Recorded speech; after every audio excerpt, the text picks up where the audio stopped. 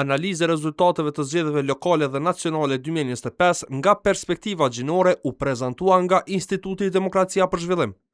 Ky institut në analizën e tyre kanë treguar se në zgjedhjet lokale të fundit vetëm 10% e kandidatëve për kryetar komunash ishin gra dhe shumica e partive vendosen kandidatet gra në komunat që nuk kanë bazën e gjerë, shto këtu që vetëm një grua është zgjedhur kryetare komune në Kosovë. Kjo analizë tregon se për kuvende komunale 37% e kandidatëve ishin gra, gjë që është afër me bazën ligjore për kotën 30%, por që është larg nga përfaqësimi 50-50. Për dallim, 54% e grave të zgjedhura si kuvendare komunale kanë fituar në listë pa kuotë gjinore, edhe pse partitë u dhanë pak hapësirë grave që të jenë bartse liste.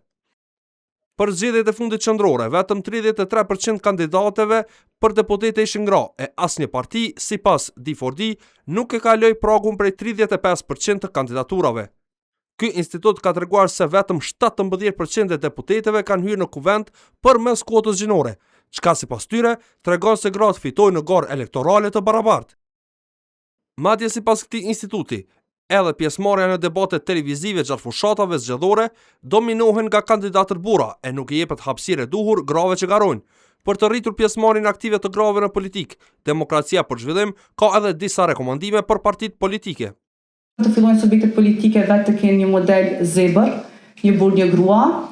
paktën në listat e tyre zgjedhore, kjo mundëson një përfaqësim të barabartë të grave në këtë drejtim.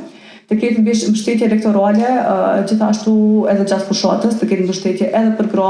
në momentin që është një grua në listë, i ofrohet për kraje qoftë financiare, qoftë për kraje në takimet e ndryshme që mban,